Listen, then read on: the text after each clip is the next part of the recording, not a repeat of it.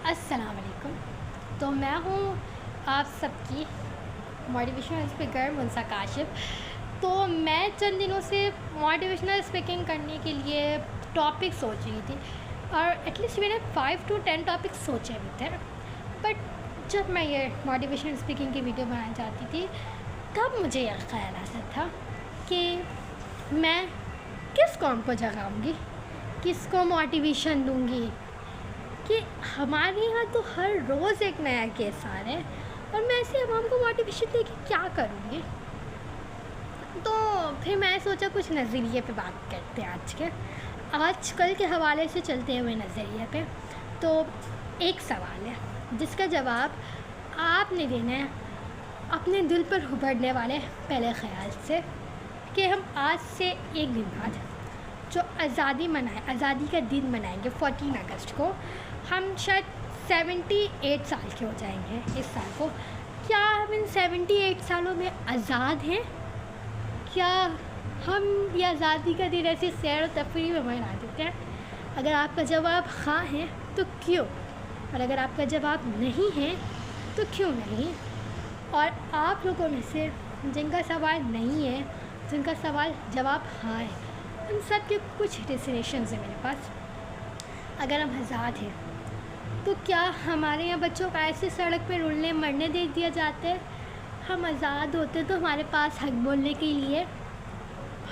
के लिए जगह होती, हमारे पास जमहूरियत को इख्तियार मिला जाता, हमारे यहाँ ये कहा जाता कि आवाम के फ़ैसले आवाम होती है, आवाम सिर्फ टैक्स देने के लिए नहीं बनी होती, आवाम बल्कि फ़ैसले करने के लिए बनी होती है। और आज मुझे निहायत अफसोस से कहना पड़ रहा है जो यूथ, जो नौजवान कल इस मुल्क का पासबां होंगे, जो कल इस मुल्क जिनके हाथ में होना चाहिए, आज उन्हें सड़कों में बेरहमी तरीके से मार दिया जाता है, या तो दुश्मनी के नातों, या डकैती करते हुए, या अदरवाइज़ बहुत कुछ में। इन 3 महीनों के अंदर मेरे मुल्क में ना जाने कितने केसेस ऐसे आ गए जिन पर बात करने को कोई तैयार नहीं बैठा हुआ, जिन पर कोई अल्फाज नहीं उठाते हैं। आवाम निकलती है मगर अपनी मदद आप कहता है, आवाम बोलती है मगर अपनी मदद आप कहता है। हमें कहा जाता है इंडिया ने प्रोटेस्ट किया, जंतर मंतर प्रोटेस्ट इंडिया ने किया, इंडिया से सीखो, वो तो हिंदू हो के अपने हक के लिए लड़ रहे। अरे तो वहाँ का MP उनके साथ था, जो अथॉरिटीज़ उनके पास है, जिनके पास सीट्स है, वो उनके साथ थे। हमारे पास कौन है? Who is a team of fair? हमारे टीम में सपोर्ट में कौन है? Who is support? आप सोच सकते हैं अगर आपके घर में मौजूद किसी फ़र्द को बेरहमी से कत्ल कर दिया जाए, यहाँ आप इमेजिन कर सकते हैं हमारे घर के किसी नौजवान को, किसी भी शख्स को बेदर्दी से मार दिया जाए, ऐसा कि उसकी लाश तक देखने की हम हौसला ना कर सके। हमारे मुल्क में एक प्लाज़े को जला दिया जाता है। हमारे मुल्क में जो कराची इस दुनिया में सब इस पूरे मुल्क को चला रहा है, जिसका 75 हिस्सा इस मुल्क को देता है सिर्फ ये कराची, उसकी सड़कें टूटी हुई हैं, उसके यूनिवर्सिटी रोड में खड्डा खुड्डी किया हुआ, उसके नौजवान महफूज नहीं है, उसमें आए दिन किसी को डकैती में मार दिया जाता है, उसमें आए दिन किसी बच्चे के साथ ज़्यादती कर दी जाती है। हमें नहीं बताया जाता है, हमें ये आज तक नहीं बताया गया रूल्स क्या है, हमें अथॉरिटी नहीं बताई गई। हमारे मुल्क में होने वाला हर केस आज रुक सकते हैं अगर हम अपने मुल्क में लॉ कायम करें, या फिर हम अपने मुल्क को लॉ छोड़ देते हैं। अब हमें बता दें कि हम क्या करें, हम खुद को आज़ाद कहें या हम 14 अगस्त वाले दिन से सैर व तफरीह के लिए आज़ादी का दिन मनाएं। क्योंकि हमारे यहाँ तो 14 अगस्त एक तमाशा होता है जहाँ पर लोग आते हैं, सड़कों में रश लगाते हैं, लूटते हैं, मेलाबाजी करते हैं और चले जाते हैं। हमने अपने हर इवेंट को सिर्फ़ और सिर्फ तमाशा बना के रख दिया है।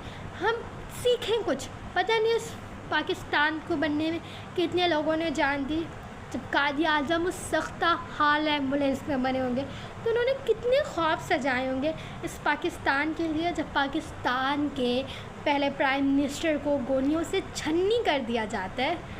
तो हमारे साथ तो फिर कुछ भी हो सकता है। अगर हम आज नहीं निकलेंगे तो फिर हम कल निकलेंगे, कब निकलेंगे और हम कैसे निकलेंगे, आखिर हम कब तक चुप। हमारे यहाँ हर एक होने वाला वाक़या दूसरे वाक़ये से कई गुना बढ़कर होता है। हमारे यहाँ डॉक्टर के मुंह पे तेज़ाब फेंक दिया जाता है।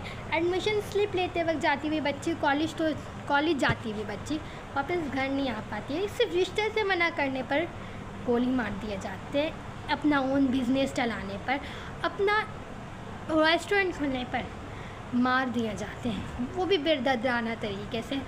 हमारे यहाँ बच्चों चीनी लेने जाते हैं फिर घर नहीं पहुँचते। हमारे यहाँ बच्चों को गटर की ढक्कन खुले ढक्कनों के अंदर पाए जाते हैं। हमारे यहाँ बच्चे 1.5 साल की बच्चियों को भी नहीं छोड़ा जाता। तो भी हम क्या इमेजिन करें, हमें कहा जाता है ना, अच्छा वो लड़की जा रही है उसके साथ क्या हुआ, ज़रूर उसने कुछ किया होगा, लड़की जा रही है दुपट्टे में जा रही है, बाया नहीं पहनती, शॉल नहीं लेती है, निकाब नहीं करती है, फेस कवर नहीं करती है, अरे तो जहन्नमी लड़की है। अरे तो वो 1.5 साल की बच्ची थोड़ी ना जहन्नमी होगी, वो 3 साल का बच्चा थोड़ी ना जहन्नमी होगा, वो 4 साल की बच्ची थोड़ी ना कुछ होगी, जो पाकिज़ा 7 साल की कुछ थोड़ी ना थी, वो ज़ैनब थोड़ी ना कुछ होगी। हम अपनी तरफ से ना ऐसे राय कायम कर लेते हैं कि अच्छा इसके साथ ये बुरा हुआ, ज़रूर इसके ये की होगी। हम ये नहीं सोचते हो सकता है इसके साथ वाकई में बुरा किया, हो सकता है वो वाकई में मुस्लिम हो, ये जालिम ना नहीं, लेकिन हमें तो अथॉरिटी चाहिए होती ना। हम सोचते हैं हम फैसला करेंगे कौन जन्नत में जाएगा कौन, अरे हमारे ऊपर फैसला नहीं, ये तो खुदा फैसला करेगा ना। हम कैसे किसी, हमारा तो काम ये है, हम कैसे किसी भी एक्टर को देख के कैसे किसी भी एक्टर को देख के बोल देते हैं अरे इसने छोटे कपड़े पहने हुए तो जहन्नमी है। तो आपके घर की माएँ बहनें बगैर दुपट्टे के घर में नहीं फिरती होंगी, हो सकता है घर में उनके कज़न आते जाते नजरें पड़ती हों। हम कैसे किसी दूसरे को देख के इमेजिन कर लेते कि ये जन्नत में जाएगा। और ये आज के आखिरी अल्फाज के, मेरे मुल्क की 95% औरत जाहिल तो हो सकती है मगर मर्दों की तरह बेरहम नहीं हो सकती, ठीक है। तो अपनी ब्याह बेटियों को कैद ना करें मगर इतनी आज़ादी दें, इतना ताकत सिखाएं कि कल को उठने वाले लोगों की नज़र पर वो ख़ुद पाबंदी लगा सके, वो ख़ुद उन्हें बता सके क्या है। सिर्फ मुझे नहीं लगता आजकल के दौर में सिर्फ माँ और बहन बेटियों को, बल्कि मर्दों को भी, क्योंकि आजकल मर्द भी महफूज नहीं है इस दुनिया में। तो खैर मोटिवेशनल स्पीकिंग किसी और दिन करेंगे। अल्लाह हाफ़िज़।